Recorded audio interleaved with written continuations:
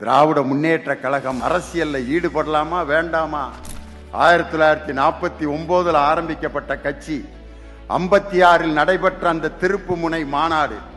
அப்ப கேட்கிறாரு அண்ணா, நம்ம அரசியல்ல ஈடுபடலாமா வேண்டாமா, இல்ல இப்படியே சமூக இயக்கமாவே இருந்துடலாமா?